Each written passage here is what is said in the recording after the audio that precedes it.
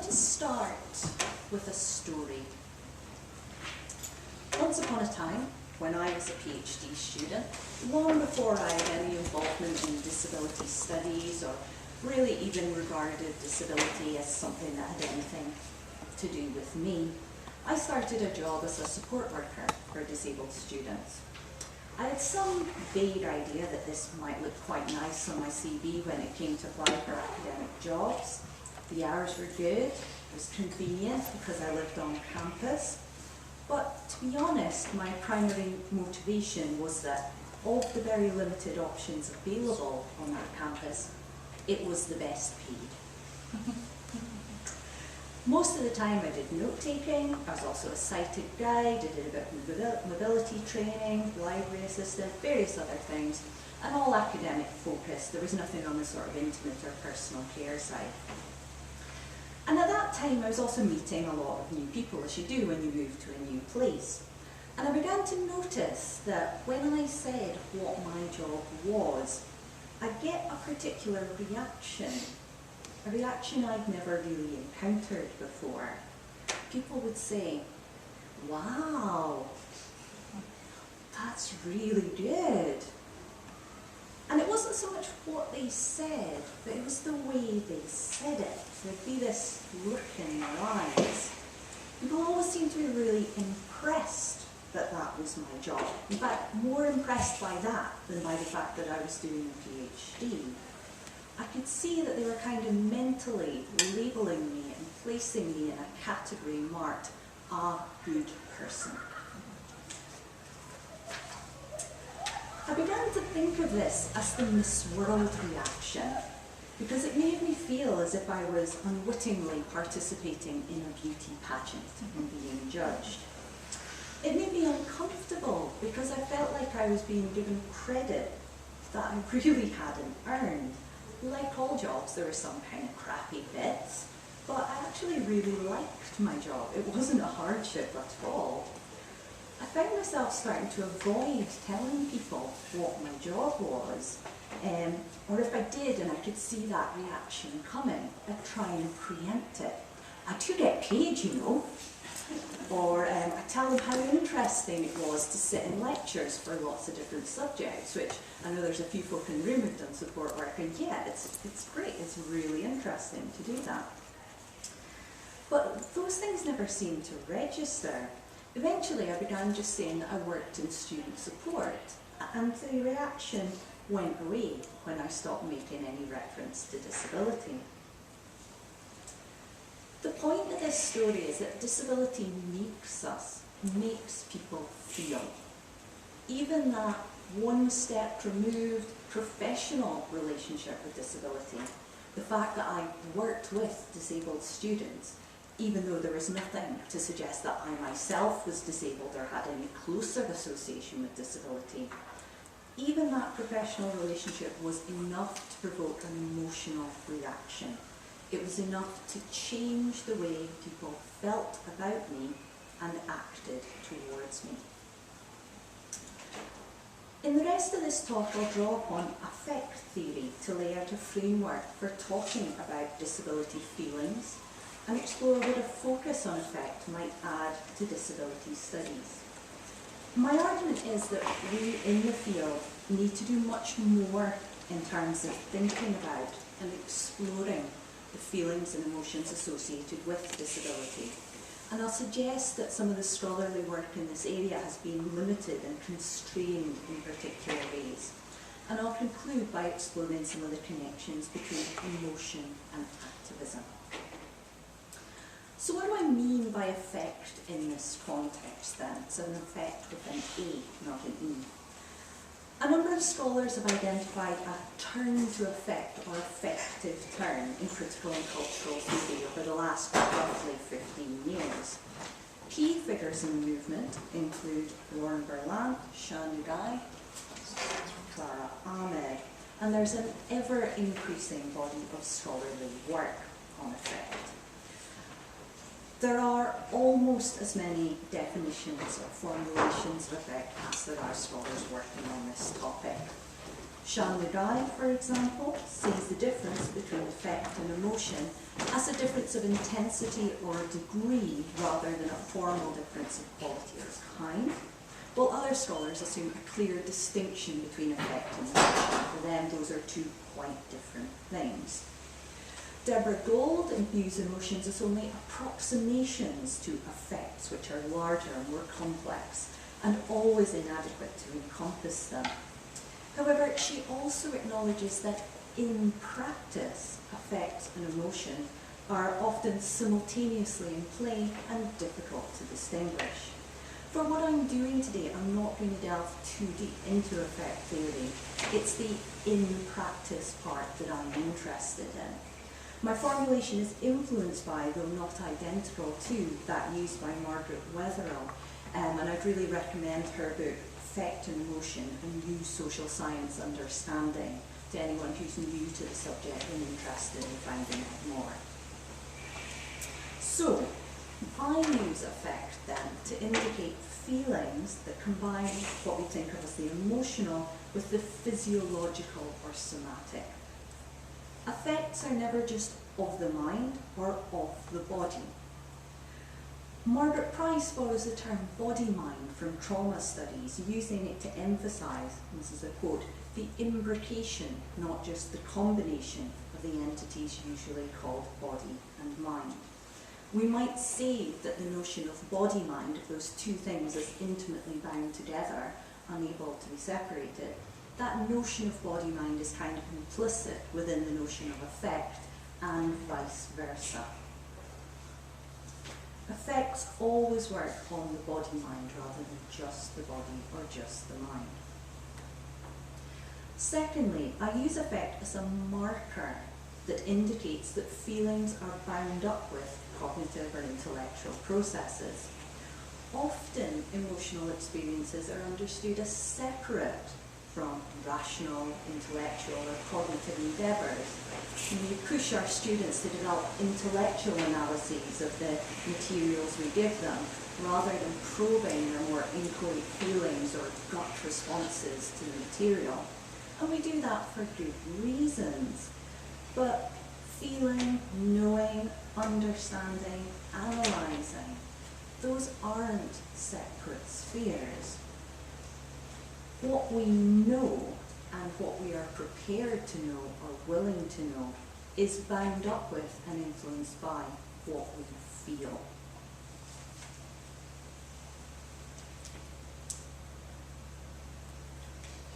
So I use affect as a way of signalling that the emotional, the somatic, cognitive are bound together in ways that make it problematic or reductive to attempt to separate them.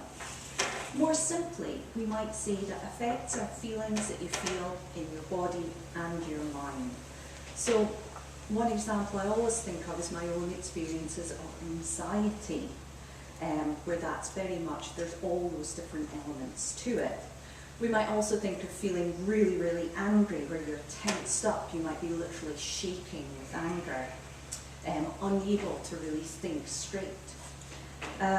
Or even feeling hopeful and uplifted, where there is a physiological component. However, affects are often more complex than these familiar emotions, which we have nice, tidy labels for. They're often mixed, they're complicated, they resist precise definition. Finally, affect for me signals a politically engaged approach to the subject of feeling. Okay, and that's one of the reasons that I use affect rather than talking about emotion and feeling. It indicates an interest in and an awareness of social justice issues, an interest in how the feelings or emotions at play in particular encounters might perpetuate inequality or potentially challenge it or be transformative. It recognises that disability affects has at least two possible meanings. So most obviously it refers to what a person who has an impairment might feel, what they might feel in response to their experience of impairment or experiences of oppression. However, it also refers to what a person, disabled or not, might feel in an encounter with someone with an impairment. So let's pick up then on that idea of the encounter. Like most scholars in humanities-based disability studies, I understand disability as a complex attribute arising from the intersection of human bodies and minds with the natural or built environment, social expectations, systemic barriers, and cultural norms. As Rosemary Garland-Thompson writes, the various interactions between bodies and world make disability, from the raw material of human variation and precariousness. Prevailing understandings of disability position it as an individual biological deficit, understanding disabled people as worthy of pity, and assuming that cures or therapies should be utilised if they are available. So we live in what Robert McClure terms a system of compulsory able-bodiedness.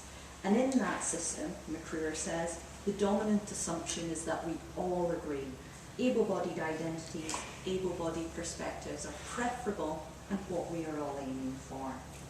And the field of disability studies aims to challenge those assumptions. Of course, it's not just disabled bodies that are perceived as undesirable. As Alison Kafer writes, compulsory able-bodiedness needs to be paired with compulsory able-mindedness. Both exceptional minds and extraordinary bodies generate effective responses. Rather than focusing on disability as an entity, for the purposes of this work on effect, I find it useful to think about disability encounters. So what is a disability encounter? There's a common sense definition that I think we could all come up with. A disability encounter is an encounter or meeting between a non-disabled person and a disabled person, with all the potential for prejudice or misunderstanding or awkwardness that entails.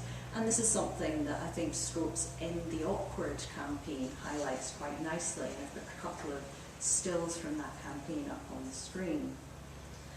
It's useful, though, to think more broadly about the disability encounter.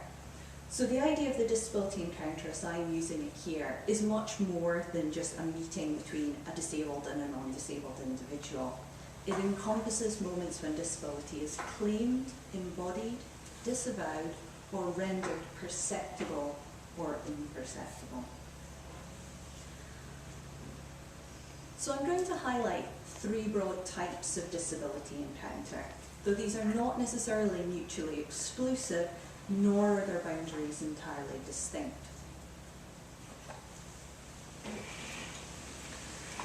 Interpersonal disability encounters involve an encounter with another person to whose body-mind disability adheres, a person to whom disability is attached in some way. Now, this need not be a person with an impairment. As Alison Kafer has explored, friends and family of disabled people can similarly be affected by disablest attitudes. Interpersonal disability encounters need not be face-to-face. They might be an encounter between a disabled person and a non-disabled person, or it might be an encounter between multiple disabled people. Such encounters may involve the outward signs of negative feelings, the averted glance, the quick exit, the palpable discomfort. However, I'd stress that this category also encompasses moments of solidarity and shared community between disabled people, and times when disability is claimed or embraced. The second type of disability encounter is the individual or personal disability encounter. And this is the experience of or encounter with disability as it adheres to one's own body-mind. This might include things like pain, fatigue, mental states that are conventionally coded as abnormal or unusual. It includes situations where a disabled person confronts physical barriers or a lack of access.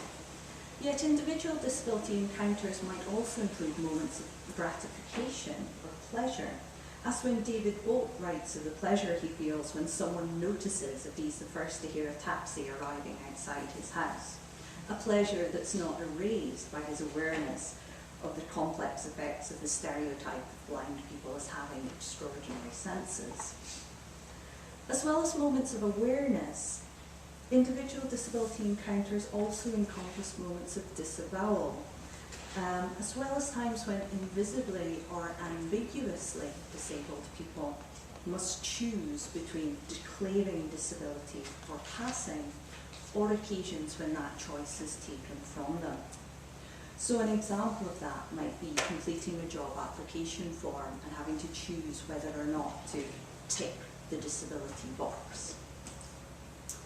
The final broad category is the representational disability encounter.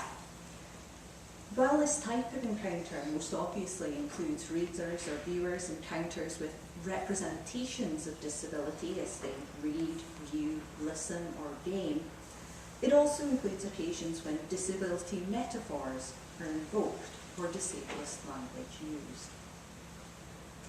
I'm going to focus on those three categories today, but we might of course identify numerous other kinds of disability encounter, each bearing their own particular affective freight. The bureaucratic disability encounter, where disabled people and their families must complete endless forms and paperwork to access support or resources. The educational disability encounter, where students or staff encounter barriers in an education system not flexible enough to accommodate their needs. Or the therapeutic disability encounter. One of my other scholarly interests is in genre, and I think a really productive area of investigation for disability studies is to consider the norms and expectations at work in different kinds of disability encounter. Research indicates that responses to disability in interpersonal encounters are contingent. In other words, both the type of the impairment and the type of the situation affects how comfortable non-disabled individuals are in interacting with disabled people. So as Luke Staniland writes, people don't simply have positive or negative attitudes towards disability, and effective responses to disability are different in different types of encounter. So Staniland, for example, found that non-disabled people are more comfortable interacting with people with physical or sensory impairments and in social situations, but less comfortable interacting with people with learning disabilities or mental health conditions, or in situations where disabled people were in positions of responsibility. Given that all forms of knowing, as Rita Felsky writes, are shaped by the constraining and enabling conventions of genre, the field might consider how effective responses to disability are shaped by the restrictions and possibilities inherent in particular genres or types of disability encounter, the norms and expectations at work, and how they might be shifted or subverted. So thinking about disability encounters rather than disability is useful to disability studies for a number of reasons. There is one really big one, though, that I'd like to highlight. Disability studies has long sought to achieve recognition of the fact that disability is not a niche or minority interest, but a topic of vital importance to all people, whatever their disability status. This is something that underpins pretty much every scholarly work in disability studies. And authors take various approaches to making this case. Often they'll cite statistics about the numbers of disabled people in a particular country, or the proportion of people with disabilities in the population. They might assert that all people will become disabled if they live long enough. And they might demonstrate that disability is bound up with the other identificatory categories that structure our lives. So all of these are common rhetorical moves. And these are all things we do in our teaching here at various times. But if we shift from thinking about disability, though, to thinking about disability encounters, one of the things that becomes obvious, even inescapable, is that disability encounters are an inevitable aspect and a frequent aspect of all human lives. We might say, in fact, that our lives are a succession of disability encounters, whatever our disability status. Thus, disability is an issue of significance to all people. So we have this notion of affect, we have this notion of the disability encounter. What happens when we bring these two things together? So first, I'd suggest that thinking of disability encounters as affective encounters, bringing affect theory to bear upon them, allows us a deeper understanding of disability as it's experienced and encountered in everyday life. Disability experiences, disability encounters are always affective, blurring the lines, the boundaries between emotion, sensation and cognition. While the feelings generated in such encounters may be discrete, recognisable emotions such as fear, pity, inspiration, acceptance or desire, the feelings disability evokes are often complex and difficult to parse. So affect usefully encompasses the complexity of feelings involved in the disability encounter. Affects are often unwieldy, intractable, impure, resisting precise definition. The effects produced by disability are complex, situated and changeable, and while those effects can sometimes be predicted and planned for, they're often unstable or unpredictable.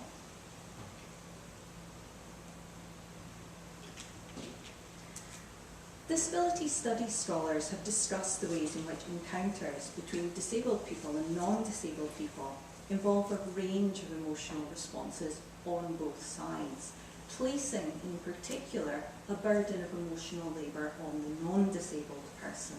A burden of emotional labour on the disabled person. And this is particularly well illustrated in some of Donna Reeves' work on psycho-emotional disablism, and looking a bit further back, Jenny Morris's classic work, Pride Against Prejudice. Rosemary Garland Thompson writes that in order to be granted human status, disabled people must use charm, intimidation, ardour, deference, humour or entertainment to relieve non-disabled people of their discomfort. That's true, and disabled people have to also perform disability in particular culturally sanctioned ways to diffuse or manage the affective responses, the feelings that it generates. But we still have a lot of work to do to better understand the affective elements of disability encounters. For example, I'd suggest that disabled people must often do more affective work than non-disabled people, perceiving the emotional state of someone they're talking to or interacting with, interpreting it, perhaps, if they choose, adjusting their behaviour accordingly, as Garland Thompson's quote suggests. And we can certainly, we need to think about this negatively in terms of an additional burden of emotional labour, additional work disabled people have to do in terms of feeling. But we might also think about it in terms of disability gain, of disabled people as as affective agents of acquiring forms of affective mastery that might be inaccessible to non-disabled people. And I've put a picture of Tyrion from Game of Thrones up here, because in Martin's novels at least, Tyrion absolutely takes this role of shaper and manipulator of affect. He's very, very skilled at perceiving what others are feeling and acting accordingly to get them to feel in ways that ultimately benefit him. Secondly, a focus on affect offers a new perspective on the disability impairment distinction. And I think, as most of you will probably know, in the British disability studies tradition, a distinction between disability and impairment is foundational to that movement's core concept, the social model of disability. The social model asserts that people with impairments are disabled by social, structural and attitudinal barriers. The person who cannot perceive visually or who uses assistive communication or is paralysed has an impairment but has a disability imposed upon them. Disabled person then is understood as a shorthand for a person disabled by structural barriers, inaccessible environments or negative attitudes. Impairment then can be understood as value-neutral physical or psychological difference, difference which is not understood as deviance. And many scholars, including those working outside the UK context and including those who don't subscribe to the social model in the version I presented it, many scholars use impairment to talk about, to signal a non-stigmatizing approach to corporeal difference. Of course, the idea of an absolute distinction between disability and impairment is problematic. As Thomas Shakespeare writes, it's hard to separate impairment from disability in the everyday lives of disabled people. In addition to this, though, I suggest that when we come at the disability impairment distinction from the perspective of affect, it becomes clear that our encounters with corporeal or neurological difference are always encounters with disability rather than impairment. Because impairment is value neutral, but our encounters with difference always come with a weight, a freight of cultural value attached, a weight of past experiences, associations, and assumptions. So we can't perceive disability neutrally or unaffectedly. And this holds for all types of disability encounter and experience. We might say then that from an affective standpoint, impairment can only be hypothesized. It can never actually be encountered.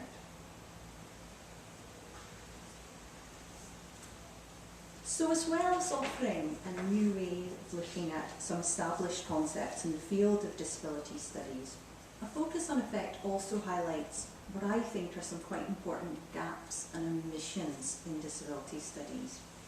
Though work by scholars such as Monica Orlando, Nicole Matthews and Margaret Shildrick stands out as notable exceptions, as Orlando writes, so far there has been little exploration of affectivity and emotion in disability studies scholarship. And some work in disability studies demonstrates suspicion of any kind of emotional response to disability. And this is particularly the case in literary and cultural disability studies, where the assumption is very often that any use or depiction of disability to generate emotion in the reader or viewer is inherently problematic or exploitative. What work there is on disability's relationship with affect and emotion has tended to focus on negative emotions such as discomfort, distress, or pity. Certainly that's the case for Donna Reeves' work, for example. Atto Keeson notes the embarrassment, fear, and confusion that attend the disabled, his words not mine, in their everyday lives. Elizabeth J. Donaldson and Catherine Prendergast, editors of the 2011 special issue of the Journal of Literary and Cultural Disability Studies that David referred to in his introduction. So that special issue on emotion is subtitled, "There's No Crying in Disability Studies." It's a great subtitle. And that statement is clearly meant ironically. The piece demonstrates that there is crying in disability studies and encourages, invites scholars to engage more deeply with emotion. But it also, I think, illustrates the way in which the work that does exist on affect or emotion in the field tends to enact a divide, often unspoken but still very much there. So it tends to enact a divide between acceptable and unacceptable feelings. So pride, anger, a sense of shared community or solidarity, those are perceived as legitimate feelings. They're suitable to talk about and write about, whether that's in the context of personal experience or scholarly engagement. However, pity, fear, shame, disgust, those are illegitimate feelings, and the only acceptable engagement with them comes in the form of criticism, whether that's in media images that use disability to evoke such emotions, or in narratives of feelings prior to discovering disability activism. I'm not suggesting that the field has ignored affect or emotion, certainly not, but rather that its engagement with these topics has been channeled in particular and often limiting ways. For example, Donaldson and Prendergast write that a main focus of their special issue is the recuperation of emotions which have previously been devalued or flagged as problematic in disability studies, such as sympathy, loss, and inspiration. Wendy L. Chrisman's article on the issue, for example, seeks to recuperate the feeling of inspiration for disability studies, positioning it as a valuable, rhetorically strategic emotion. And I think what Chrisman's article is doing is important, but the problem is that it, like as indeed the issue as a whole, remains fixed in a pattern of binary thinking, where particular emotions or feelings are either productive and valuable for disability studies or unproductive and not valuable. So Chrisman's article moves inspiration from to a hypothetical checklist of productive disability emotions, but fear, pity, shame, etc. remain on the naughty list. Alison Kafer writes that a crypt refusal to see disability as tragedy, as traumatic, can be just as restricting on our politics and our theories as the ableist insistence that disability is always and only tragic. And I think there is certainly a parallel here. We need to disrupt this binary between acceptable and unacceptable feelings and engage with a much broader range of affective experiences in our work. Finally, I'd suggest that affect speaks directly to the goals of disability studies and to questions of why and how we do disability studies. So disability studies grows out of disability activism. All disability studies work has some sort of activist component, or it's not disability studies. Tanya Tichkowski writes that it's the aim of disability studies to make us attend to and even rethink the way we imagine, perceive and treat disability and disabled people. But the ways disability makes us feel are fundamental to how disabled people are imagined, perceived, treated and represented, we might add. And examining disability feelings allows us a better understanding of prejudice, stigma and attitudinal barriers. Moreover, affect is also framed by scholars as having transformative potentials. The title of Deborah Gould's book, Moving Politics, captures the way in which political or social change is often based upon or catalysed by individuals being moved or affected. For Gould, the indeterminacy of affect means that it has particular radical and transformative potentials.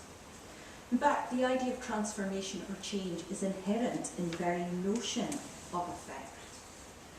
Affect presupposes some form of transformative experience, however temporary or trivial.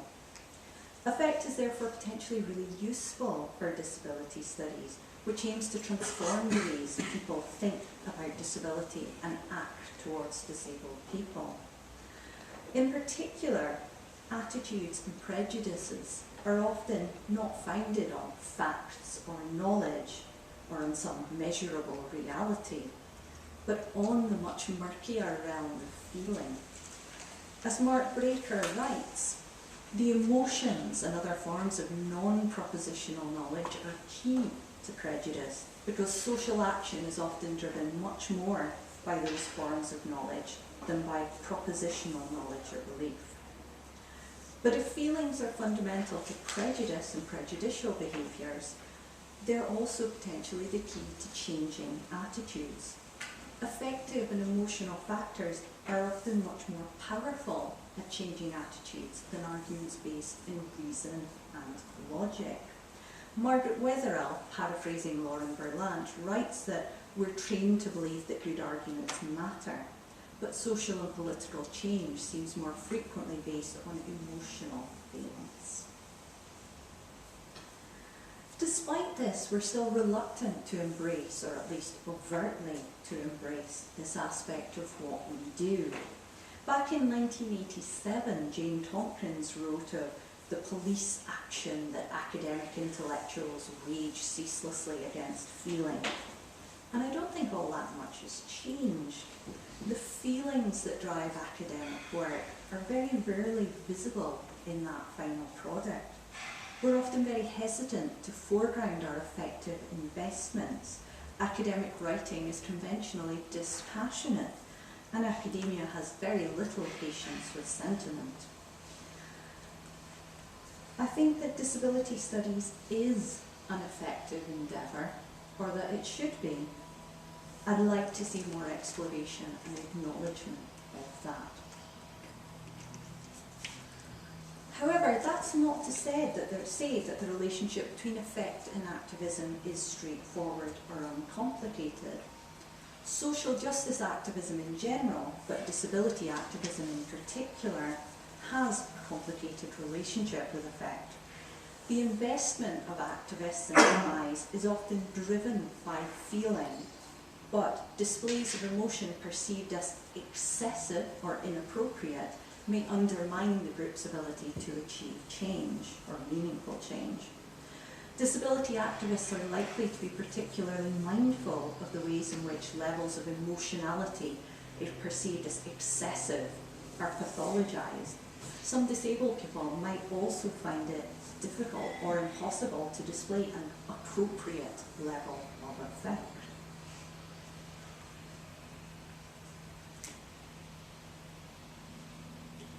I'm going to conclude by talking a little bit more about what it means on an effective level to do disability studies. When I was moving into the field, it seemed that the more I learned about disability studies, the more time I spent being angry. I'm angry, I was angry, and I'm still angry at staff who see disabled students as someone else's problem, who never quite outright refuse to accommodate students, but drag their heels and prevaricate over the most trivial accommodations. I'm angry when people forget or make a fuss about using a microphone at university events, despite repeated reminders. I'm angry at systems and structures that disadvantage disabled students. I'm angry when people view disabled students as a problem or burden or extra work. I'm angry at the cuts to disabled students' allowance. I'm angry at piteous or inspirational media representations. Looking back, I'm angry at the way people responded to me saying I worked with disabled students, because the underpinning belief was that to work with those students was a negative thing, that I must be self-sacrificing or a particularly good person to do it. So, like Bruce Banner, I'm angry all the time. And I think to be invested in disability studies, I sometimes think, is to be angry all the time. And at times that anger is really productive. It's a fuel, it's a driving force. As Tompkins writes of feminist activism, if you're not angry, can you still act? Will you still care enough? But it's also draining, it's also exhausting to be angry all the time. It uses up your emotional resources. It takes a toll on you. Anger is also something of a dangerous emotion in contemporary university. Anger is unreasonable, it's irrational, and those sorts of feelings are often unwelcome or stigmatized or even dangerous in the context in which we work. To conclude then, Martha Stoddart-Holmes, in her study of disability in Victorian texts, writes that even today, disability is still emotional shorthand, a word where sorrow, suspicion, and a host of other emotions love to cling. We need a better understanding of how and why particular emotions cling to disability images, narratives, and encounters. I've argued today for a new focus on affect in disability studies, suggesting that affect theory offers a particularly useful way in to thinking about disability experiences and encounters. Disability studies need to examine how what we feel in disability encounters shapes attitudes and behaviours. In other words, disability studies must examine the effects of affects if it is to successfully challenge disablism. Thank you.